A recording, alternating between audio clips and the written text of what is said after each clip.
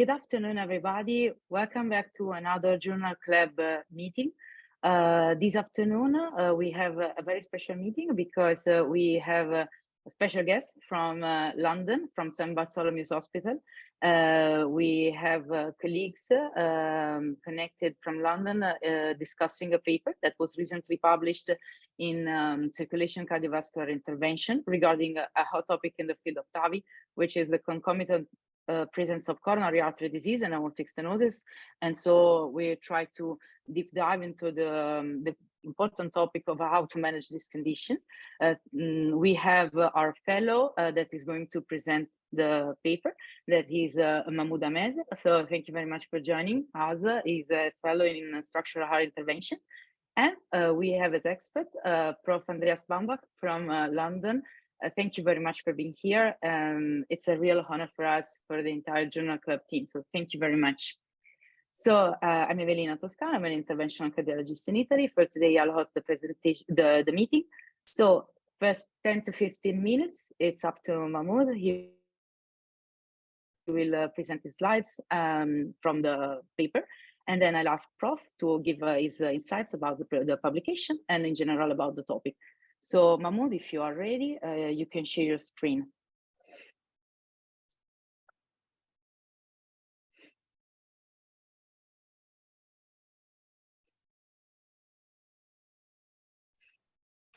Hello, good afternoon. Can you hear me okay?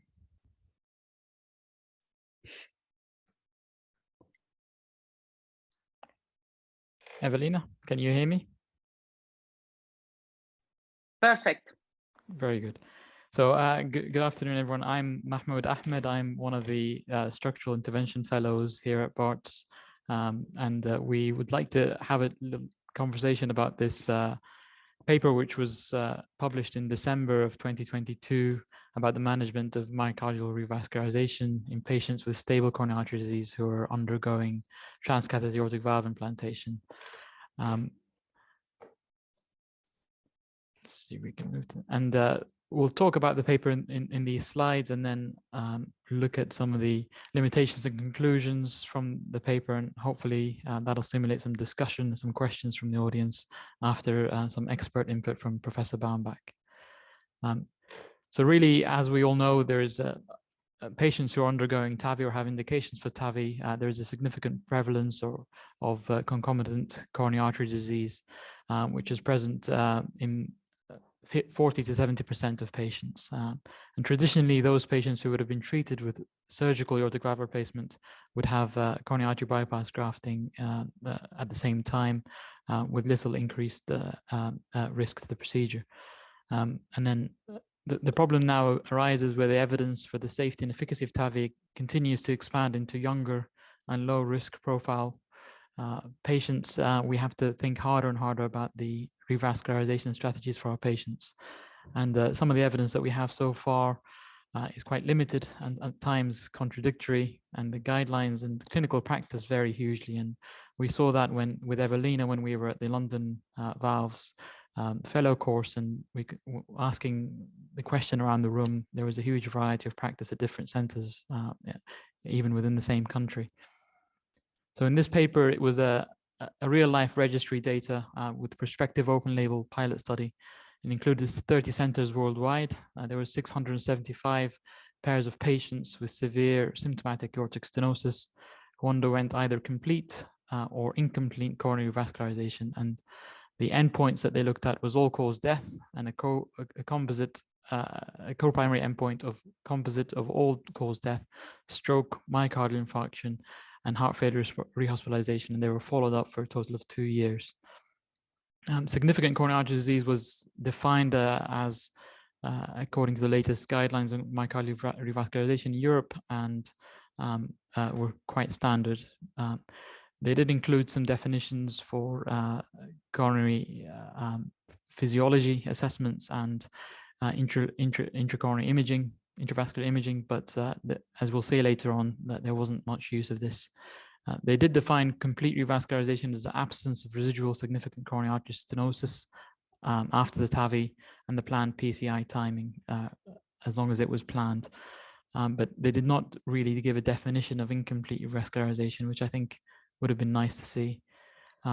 This is just a flow diagram showing the flow of the patients, and they looked at 2,400 patients. They lost follow-up in 231, under 10%, and there wasn't enough data about the completeness of revascularization, 146. And then they did propensity score matching of 657 patients. And the baseline characteristics, you'll see that they are well matched, and they closely resemble the kind of patients that we treat on a day-to-day basis. So the median age was about 82 years, and almost a third had diabetes. Most of the patients were NYHA class 2 or more, and STS mortality score was around about 4.9%, and ejection fraction median was 55%, and you could see the mean gradients were significant, of 44. The coronary artery characteristics in matched populations, they weren't quite as well matched. You can see that in the incomplete revascularization arm, there was more multi-vessel disease, there was more 3-vessel disease, and there was more calcific disease. But however, in both arms, there was good matching in the amount of coronary artery disease affecting proximal segments, the left main stem or the proximal LAD. Most of the PCI procedures that were undertaken before the TAVI, either a median of 35 days before the TAVI or during the TAVI procedure, but before the valve was implanted. That was in 85% of cases.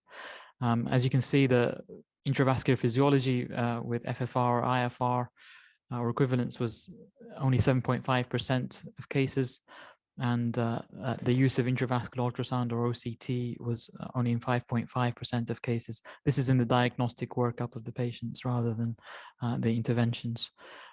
PCI for left main stem and proximal LAD PCI were performed more frequently or as a proportion of patients in the incomplete revascularization arm, which I think will be important later on.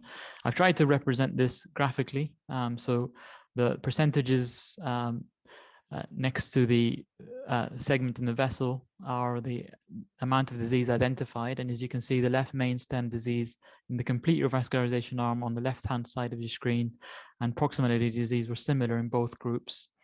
And then in the purple is the proportion of patients out of the 657 who had intervention to that vascular territory. And you can see that even in the incomplete revascularization arm, 16.3% had PCI to either left main stem or the proximal LAD.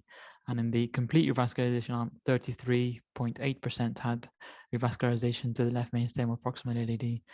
And much lower proportion of patients had revascularization to other vessels in the incomplete myocardial revascularization arm. So in the proximal right, only 2.2%, despite there being a large burden of disease, even more than the complete revascularization arm. The proximal circumflex 4.4%, and the mid-LAD 14.9%, which was almost half of that in the complete revascularization arm. The PCI characteristics, this is a very busy table, but really they're quite similar in terms of strategies that were used, the catheters that were used, whether there was any atherectomy or lithotripsy, whether or not there was any hemodynamic support employed, and the types of device that were used to treat, vast majority being drug-eluting stents rather than drug-eluting balloons, for example. The TAVI characteristics, they also included in the supplementary, which shows that they're probably representative of most centers around the world, with an almost even split between balloon expandable and self-expandable valve technologies, with the most commonly used valve being the Edwards Sapien 3 or Sapien 3 Ultra, and the Evolut R or Evolut Pro valves. So now we come to the results, and the primary endpoints, as you can see in this Kaplan-Meier curve with the time to event curves, showing that there was good retention of the number of patients with the number at risk at the bottom. And they've subdivided actually the incomplete revascularization group into those who had incomplete revascularization, but also had PCI, as well as those who had incomplete revascularization, but did not undergo any PCI. And as you can see, that the all-cause death on the left was at 2 years was 18%, and no differences between the groups for both incomplete and complete revascularization, and the co-composite endpoint of all-cause death, stroke, MI, or heart failure hospitalization at 2 years were also very similar with no statistical difference. And also you could find from the supplementary there was no difference in the in-hospital major bleeding, despite those patients undergoing PCI, more patients undergoing PCI in the complete myocardial revascularization arm of the group. There were some secondary endpoints also presented in the paper, and you can see again there's no statistical difference between the two groups, between the incomplete and complete revascularization. Unplanned PCI was very similar, with 2.8% in the incomplete revascularization arm and 2.6% in the complete myocardial revascularization arm. There's a multivariate cognitive regression analysis was done at with 2 years for all-cause death, and you can see that there's no statistical difference between the groups. And if you look at the PCI for proximal coronary artery disease, there may be a signal, but again, it doesn't reach statistical significance. And this is just a subgroup analysis to look at the benefit of complete revascularization in different groups. And if you look at those under 75, there was no statistical difference. And again, similarly, those with angina, no statistical difference. Those with impaired LV function and who have had perfusion scans with larger myocardial territory at risk also had no significant difference in terms of all-cause death. This slide is just to demonstrate that the complication rates in those who had PCI didn't really differ depending on what stage they had PCI. So just to go over some of the limitations of the study, this is observational data. The follow-up is for 2 years only, and as we think more and more about lifetime planning of our patients, it might not be enough. The distribution of coronary disease was not the same between the two groups. There was significantly more branch and distal vessel disease in the incomplete revascularization group. A large proportion or a big proportion of patients from the incomplete revascularization group had PCI to proximal vessels, and maybe should be called proximal only coronary revascularization group. The study was not designed to address conservative management in those with proximal coronary artery disease, nor in the left main stem. And then importantly, there's missing data about the symptom outcome. So it's quite important for our patients what their symptom burden is like and their quality of life is like, and that data wasn't really collected. And just a small brief mention of the activation trial, just to remember that this trial did not meet non-inferiority. That was the only randomized trial looking at this particular issue, and it actually excluded patients with unprotected left main stem disease.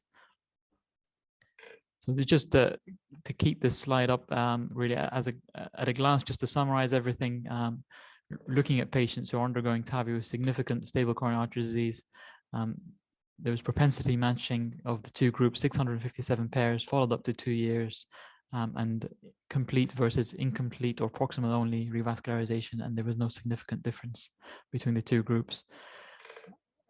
So my conclusions, I think it's difficult to make any definite statements about the right approach to stable coronary artery disease, but this maybe adds a little bit more weight to the conservative approach. You could inverse this and suggest to people that complete revascularization is safe at 2 years, and the incidence of complications was very low. There wasn't any significant difference in acute kidney injuries, for example, and in hospital mortality as well. And maybe you could suggest that we need longer term data to see if there's any longer term benefits to revascularization, and future trials and studies may show that there are some longer term benefits, particularly when we're thinking about the lifelong management of patients. The approach here, just to kind of give you an insight of what we do here. We don't do any routine invasive angiograms. If we have a good CT showing that there's no proximal coronary artery disease and no left mainstem disease, we would only treat significant left mainstem osteal proximal AD disease, osteal proximal dominant RCA disease in those who are symptom-free or angina-free, and would take a symptom-guided approach in other cases following TAVI. But thank you for your time, and I'll hand over to Professor Baumbach, hopefully for some insights. Thank you, Mahmoud, for your presentation. Brilliant presentation. Thank you very much. So, Prof, may I ask you to give us your insights about this paper and in general the topic of concomitant CAD and aortic stenosis? Happily so. So welcome everybody. Mahmoud did a great job in selecting, bringing this paper up and describing it really in detail. First let's look at the what it actually is. It is not a randomized trial. It is a registry. Right? We're not quite clear what made people enter data into this registry. It's a good group. It's got great names on it, but it's unclear whether it covers all of their practice, i.e. an all-comers registry, everybody who had revascularization or was supposed to have revascularization went in, or was it hit and miss? Was it, over 5 months, or, or just when they felt like entering another patient? Was it only patients that survived the initial TAVI and all? These things are important. But more important, I sense that this was a bit of a selection. The moderate mean ejection fraction 55%. There was a range given 45 to 60, but that doesn't match the subgroup analysis. So I'm not quite clear which patient went into there. But again, probably patients with less risky situations.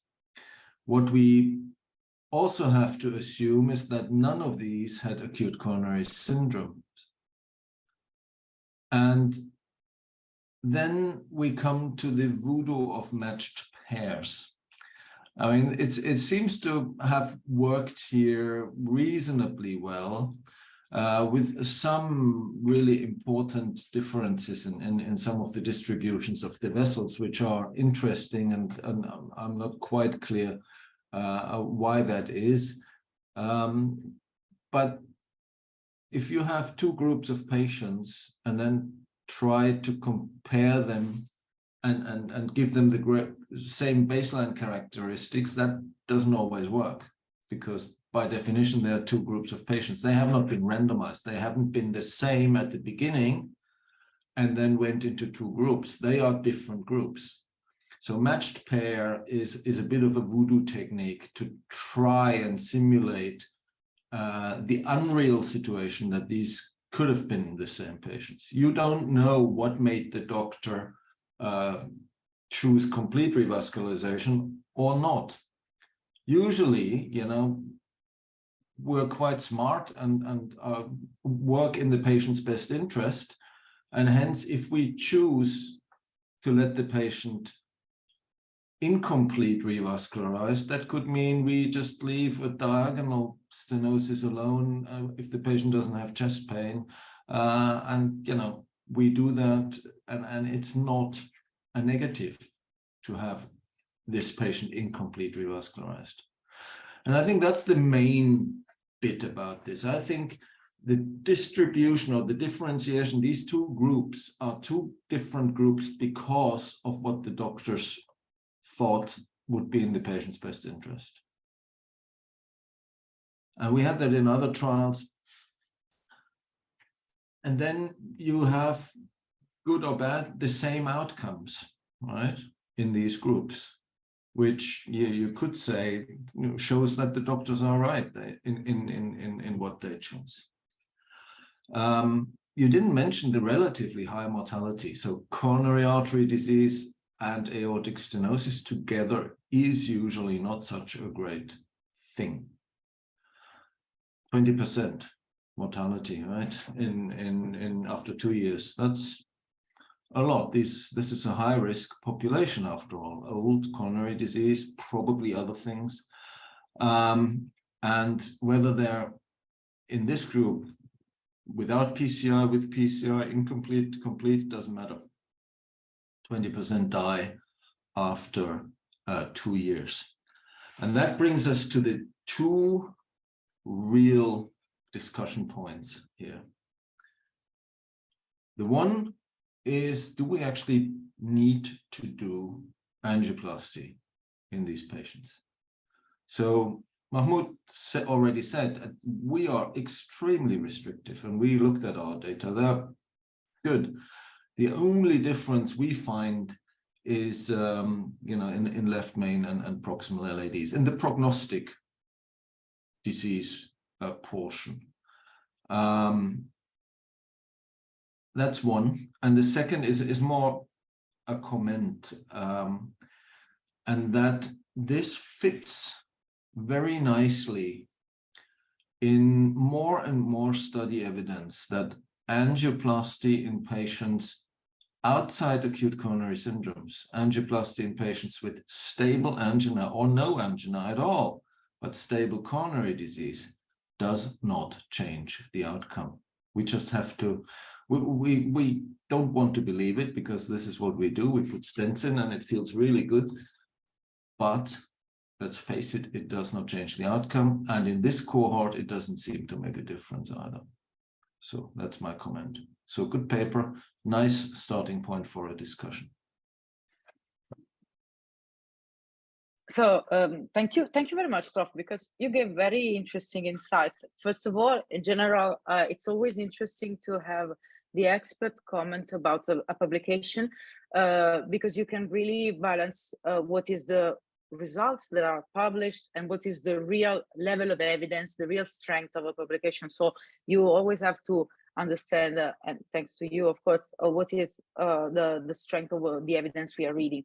And it's very interesting, this point of view, also because actually patients that do not have aortic stenosis don't really have a survival benefit when we do not treat the prognostic vessels with PCI. So absolutely, it's very important to carefully select the treatment management in these patients.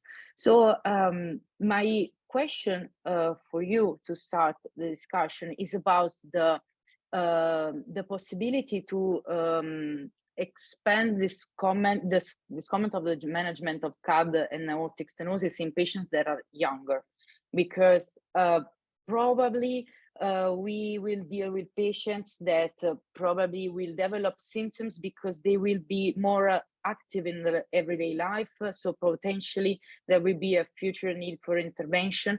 And according to that, also, I would like to ask you if the presence of coronary disease, even if treated medically, will have an impact in the decision of the THV platform that you will implant in this patient. Was that for me? Yes. Yeah, absolutely. I think, there are patients where we want to do angioplasty because, if it's a proximal subtotal LAD, a proximal subtotal right coronary artery, we still put a stent in and would probably do that, particularly in patients that also have chest pain, do that before the TAVI, just because before the TAVI, you don't have anything in the way. If you have a self-expanding system as your preference, then you just invite issues at a later stage if you want to re-engage the coronary ostium. So if you want to do an angioplasty because of symptomatic high-grade lesions in relevant arteries, then we would do that beforehand. If we are concerned about future events and pre-existing coronary disease, we tend to choose a balloon expandable short platform that leaves the ostia free. Okay, thank you for your answer. I will ask the audience if they have any questions. Please turn your mic on. Yes, I have a good afternoon. Marco, go on, please. You're gonna ask something. As you mentioned, you treated only the left main and proximal LAD, and probably are more the angioplasty that you need time to prepare your lesion, and you have to do maybe you want to do have the best result. So do you perform it before the TAVI, or with the aortic stenosis, or considering the alignment and the access you want to perform after the TAVI? And the second question, more conceptual, why in the trial, even in this paper, in the composite endpoint of every single study, our studies, the stroke is involved in endpoint? Thank you. Okay, so we would, yes, if we know we want to do an angioplasty, we usually do it beforehand. There are a lot of cases, however, where it's not entirely clear whether the patient actually has chest pain or whether the symptoms are all aortic stenosis. So in 50% right coronary, 50% mid-LAD, we often now say, let's do the TAVI first, and particularly if it's a critical aortic stenosis, put the valve in, see the patient, see what's left of the symptoms. If they still have an angina equivalent, or then we go ahead and do an angioplasty. Otherwise, we just leave it alone, you know, in concordance with ischemia trial and other trials that now have shown that, you know, stable coronary artery is what it's named after. It's stable. The second question was, just remind me, I know it. About stroke. Why is stroke part of the endpoints? It's a composite cardiovascular endpoint, and whether you put it in or not, I think it just reflects the general risk of this population. They have a stroke risk as much as they have an infarct risk. So you put it in, you get higher numbers, of course, and in statistics, you need higher numbers to reduce the sample size. But whether it's really relevant for our question here, I agree. I wouldn't see that either. I have this question, and I see it also in the chat. What about the role of ischemia evaluation in intermediate lesion, not in the proximal part of the vessel, but, for example, mid-LAD, not in acute coronary syndrome, but normal patients? Yeah, if you have normal patients and, you know, distal lesion, I might, if they're asymptomatic, if they don't have chest pain, you know, I just throw it to people, you know, why would you want to do an FFR if they don't have chest pain, they won't have chest pain afterwards. You just do the TAVI and it's fine, right? We know that FFR and IFR are slightly different before and after TAVI, so there is a risk of particularly, of course, in the 0.75 to 0.85 range, risk of just misjudging if we believe in the 0.8 threshold. So is there a role? Of course, yeah, I would just treat the coronaries as I treat the coronaries in another person, knowing that the IFR and FFR are not quite the same there. But again, if you have a distal lesion, no chest pain, what is it you want to achieve with a stent? That is a nice point, absolutely. Huh? And that is a nice point. What do you want to achieve? That should be always something to ask yourself when you perform the coronary angiography. Actually, it's a nice point. Do we have other questions from the audience? If not, just we are running out of time. So I will ask you, Prof, a question about where do you see the future evidence that we need about this topic? Do you think we need randomized data about the management of concomitant coronary artery disease? And in that case, would you imagine a randomized trial? Because the activation did not really clarify the point. So activation had, bare metal stents, and it's always, whenever you start a trial like that, that takes a long time to recruit. Your data are out of trend by the time they come out, right? I'm not really sure. So I'll ask you a question back. Is this question whether or not to stent a patient, is it really a question that troubles you most working days? If so, then we need a randomized trial. If it's just to discuss various practices, which they vary in the angioplasty sector as well, then I think we should just make sure that that we have safe outcomes, and I don't think we necessarily need a randomized trial. I think, Professor, we experienced issues during our heart team, because we are treating younger patients, and the cardiac surgeon tell us, but we can be complete. You cannot. I do CAD and valve in the same time, and the patient will be okay for several years. But because they need to do the intervention in the same session, but our intervention can be postponed, evaluating symptoms. Re-evaluating, exactly. It's exactly as you say. It's not that they can do it at the same time. They have to do it at the same time, because, to a man with a hammer, everything looks like a nail. And if there is a lesion in the LAD, even if it's only 50%, they will put a lima on it because they can, and they have to. You're absolutely right. So a trial here would, of course, be, to randomize these patients but they have been in. I'm not aware of somewhere in the back of my mind, there is an analysis of the partner trials, because of course that happened there, and there's more revascularization in the surgical group because of that. But I don't think that the patients did worse. So that's something to throw back at them. And your final statement was absolutely spot on. We can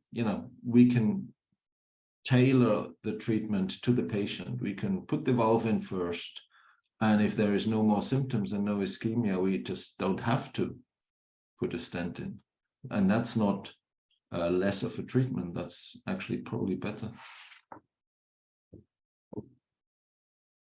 Well, thank you very much. Very, very, very nice insights. Also, I think I'll try to bring your words to the next heart team discussion, because it takes a while to convince colleagues that actually the tailored management of the patient doesn't necessarily mean to do everything that you can do, but take your steps in order to perform what is needed in the patient. And probably the patient, especially if it's older, probably the only thing he needs is a normally functioning aortic valve. So thank you very much for your insights.